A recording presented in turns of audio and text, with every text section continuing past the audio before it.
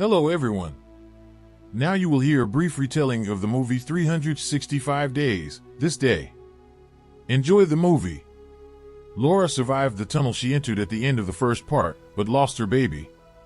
She did not tell Massimo about her pregnancy, and he was happy that his beloved was still alive. They decided to get married, and before the wedding Massimo stopped by Laura to indulge in passion right on the table. Olga caught them in the act. She chased away the Sicilian stallion and handed her friend panties, so that she chose some and went to the ceremony. Massimo and Laura were married in the church. Then the celebration began, and when the newly married husband and wife were alone, Laura tied Massimo to a chair to cheer him up. She undressed, took a battery-powered druku, and started pleasuring herself in front of the bound man. Finally, Massimo couldn't take it anymore and went down on her. In the meantime, Dominic rolled up on Olga as she was taking a bath. Olga was resentful of him for not paying attention to her, but Dominica managed to win back her affection and they got down to business as well. In the morning, Laura appeared before Massimo in a new look. Her hair was long and dark again. Massimo liked it and they went about their normal daily activities. For starters, there was golf, where Laura put her hole under Massimo's balls. This was followed by horseback riding and fun in the jacuzzi, pool, and probably somewhere else.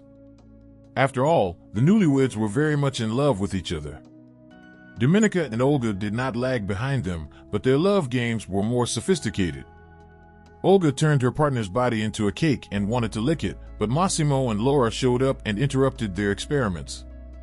Massimo took Dominica away because they were waiting for work, and sent his wife and her friend for a walk. Laura immediately turned on the bitch and began to attack her husband that he treats her like a thing. But then she brainstormed and decided that it was not such a bad option to go to a restaurant with Olga. They really had a good time, and after returning home, Laura put on her sexiest lingerie and offered herself to her husband. Massimo was not confused and started with exercises for the tongue, smoothly moving on to the load on the rest of the muscle groups. In the morning, Laura wanted to repeat their evening workout, but Massimo's phone rang. He had to work. He left his wife alone and left. Laura went to Olga and again interfered with her intimacy with Dominic. The latter was just about to do a deep-sea dive into Olga. The girlfriends went for a ride and had some fun. Despite the fact that their lives changed overnight, they remained faithful to each other. Together they were ready to go into the fire or into the water. The main thing was to keep them in the Sicilian mafia. When they arrived at a small restaurant, Massimo showed up and ruined their high. He took Laura and Olga away, which made them angry. In the evening, Laura expressed her displeasure to her husband. She won't let him control her and tell her what to do. Laura was left alone, and then a Greek deity appeared in front of her, no other way, because he was like Apollo. His name was Nacho, and he worked for Massimo as a gardener. Laura would have liked him to prune her bushes and fertilize her fertile soil, but she was married, so she was content with just lustful glances. After a while, it was Christmas, which Laura and Massimo celebrated in a big way. Massimo realized that his wife is bored because he is constantly busy with family affairs, so he gave her a brand of his own clothes. That way Laura would have something to do all the time and she'd stop clinging to him. Dominic didn't fail either. At Christmas, he gave Olga his hand and heart, not literally, of course, although it was to be expected from a mafioso. He asked her to marry him. All in all, the holiday was a success. Laura was so grateful to Massimo for the gift that she gave him everything she had. She laid out on the bed a whole arsenal of toys for drilling mines and offered her husband to use them for their intended purpose. Massimo was not confused and used his gift to the fullest. When they had all been to Laura in one way or another, Massimo emptied himself and the newlyweds fell into bed to chat. It wasn't a good idea. The witch got frank and told Laura he had a brother. Laura turned on the offended again and started blaming her husband for not telling her about the brother sooner. He had to retreat under the pretext that he had business to attend to. Laura, on the other hand, immersed herself in high fashion and then went with her husband to the ball. Her parents also came here. Laura still resented Massimo and showed it to him with all her looks.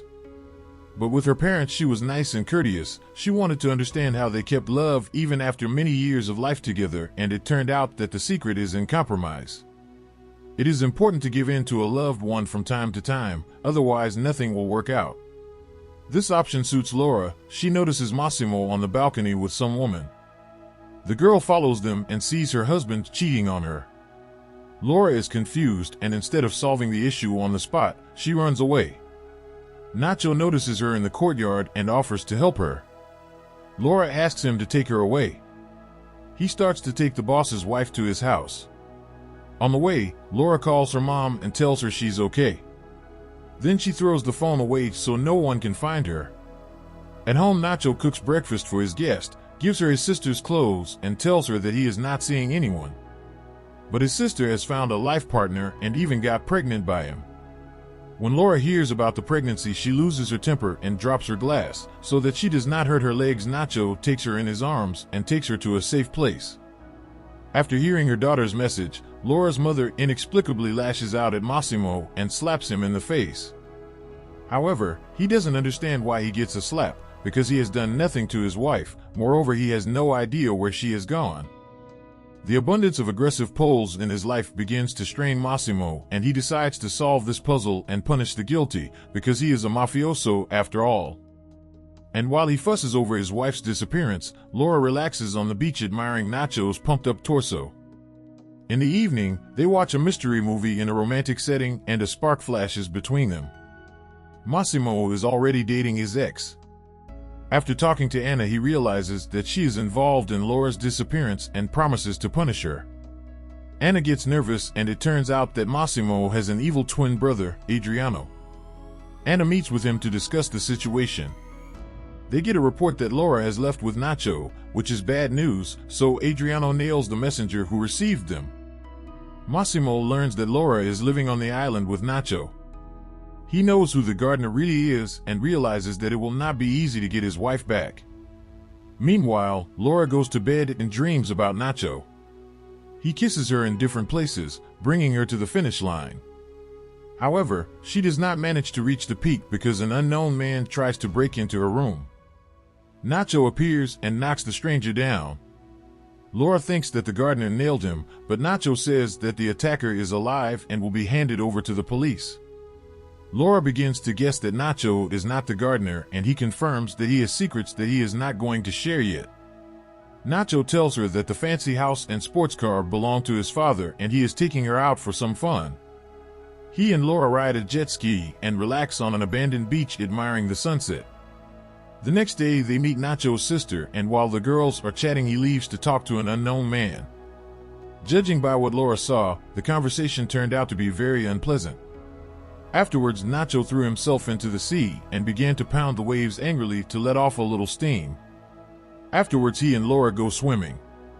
Nacho teaches her how to control the surfboard, and then they kiss in the sea. In the morning, Laura wakes up from another pleasant dream in which Nacho pleases her with his mouth. But it turns out to be just a dream, and the real Nacho is standing by and watching Laura's pleasure. In the evening, Nacho informs Laura that they have to meet his father. Massimo will be present at this meeting. Nacho tells her that his name is actually Marcello Mattis, and he is the son of the head of a mafia clan that rivals Massimo's clan. Marcello and Laura pack up and go to meet Don Matos and Massimo. At the entrance, Laura is taken away by Don's guards and Nacho goes inside. Here, Mattis explains to Massimo that he was involved in the accident in the tunnel where Laura lost the baby. He wants to hint to Massimo to respect the boundaries of the Matos family. But he doesn't get the hint, so Laura ends up at Nacho's. Don Mattis wants to put pressure on Massimo by making him obedient, but the whole mafioso plan goes to waste when Nacho finds out that Laura was taken by the wrong people. He realizes that the main trump card of his family was intercepted, so he goes to save the girl, taking Massimo with him. The two alpha males arm themselves and go in search of Laura. She discovers that Massimo has an evil twin brother, whom she mistook for her husband, and in fact Massimo has not cheated on her. Adriano says that he is going to get rid of Massimo and take over the family. Anna is also involved. She comes here to tell him that she is taking revenge on Massimo for leaving her. However, their plans are not destined to come true. Massimo and Nacho find them.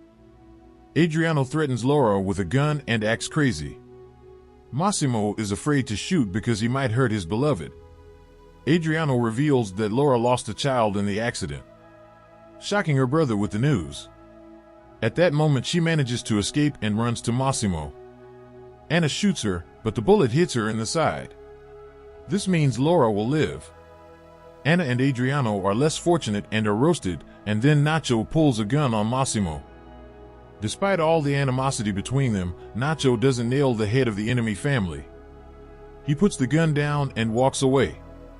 Massimo is left with Laura, who is bleeding on the stone floor. That's all for today. Put likes and comments if you want more videos like this.